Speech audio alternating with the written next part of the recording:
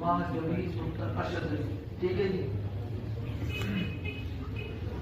احباب اور گواہان توجہ کریں جی. محمد ہارون ود غلام رسول میں نے آپ کا نکاح حضور سید عالم صلی اللہ تعالی علیہ وآلہ وبارک وسلم کی شریعت مطہرہ کے مطابق بواسطہ حلالیت اور زوجیت کے باعث 3,10,000 روپے اقمار کے اور 10,000 معجل کے اور باقی غیر معجل کے اور ان گواہوں کی موجودگی میں ماہ جبیز دختر ارشد علی سے کیا کہ آپ نے قبول کی.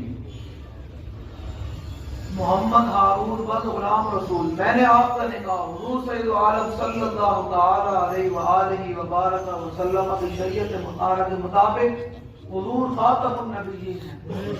قیامت تک کوئی بھی نبوت کا دعویٰ کرے اصلی بروزی ڈالی اصلی مجددی غیر جناب کوئی بھی دعویٰ کرے وہ کافر ہے وہ مرتد ہے وہ صدیق ہے وہ بے باک ہے. حضور ہی خاتم النبیین.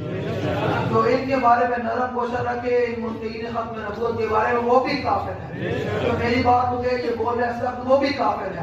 حضور کی شریعت مطہرہ کے مطابق بواسطہ حلالیت اور زوجیت کے باعث 3,10,000 حق مہر کے اس میں جو 10,000 معجل ہے اور باقی غیر معجل ہے اور ان گواہوں کی موجودگی میں ماہ جبیز دختر ارشد علی سے کیا گیا. آپ نے قبول کیا جی قبول.